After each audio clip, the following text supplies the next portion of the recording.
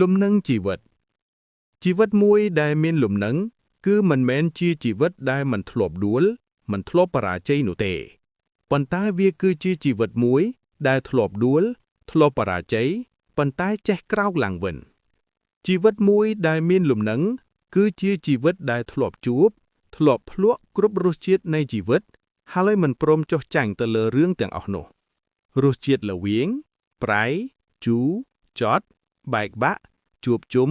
នឿយហត់បាក់ទឹកចិត្តសប្បាយរីករាយអត់ឃ្លានមានទាំងអស់គឺមាននៅក្នុងជីវិតដើម្បីឲ្យជីវិតមានលំនឹងគឺយើងគប្បីធ្វើយ៉ាងណាឲ្យគ្រប់យ៉ាងដែលជាចំណែកនៃជីវិតមានភាពស្មើគ្នាឬមានតុល្យភាពនឹងគ្នាការប្រឹងដើរទៅមុខជាមួយគោលដៅច្បាស់លាស់នឹងជួយឲ្យជីវិតមានលំនឹង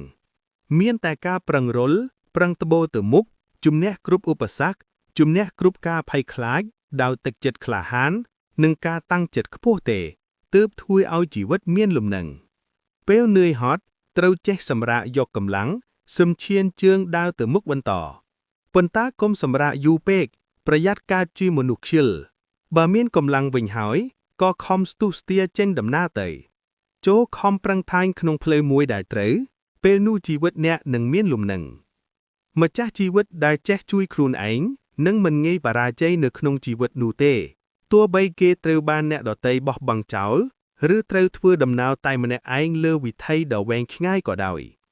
ចេះជួយខ្លួនឯងគឺចេះរស់នៅជាមួយខ្លួនឯងចេះលើកទឹកចិត្តចេះផ្ដល់ក្តីសុខចេះកំដរចេះអធ្យាស្រ័យ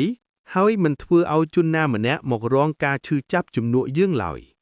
អ្នកដែលមិនចេះជួយខ្លួនឯងនឹងរស់នៅជាមួយជីវិតដែលទាល់ច្រកមិនដឹងធ្វើអ្វីបន្តមិនដឹងថាខ្លួនឯងអាចធ្វើអ្វីបានខ្លះជនណាដែលអាចជួយខ្លួនឯងពីទុក្ខអាចរំដោះខ្លួនឯងពីការឈឺចាប់ជននោះនឹងបានរឹងមាំគេអាចរស់នៅដោយខ្លួនឯងបានគេអាចធ្វើឲ្យជីវិតរបស់គេមានលំនឹងដោយខ្លួនឯងបានដោយមិនចាំបាច់មានអ្នកជួយឬអ្នកនៅចាំកំដរជាគ្នានោះទេ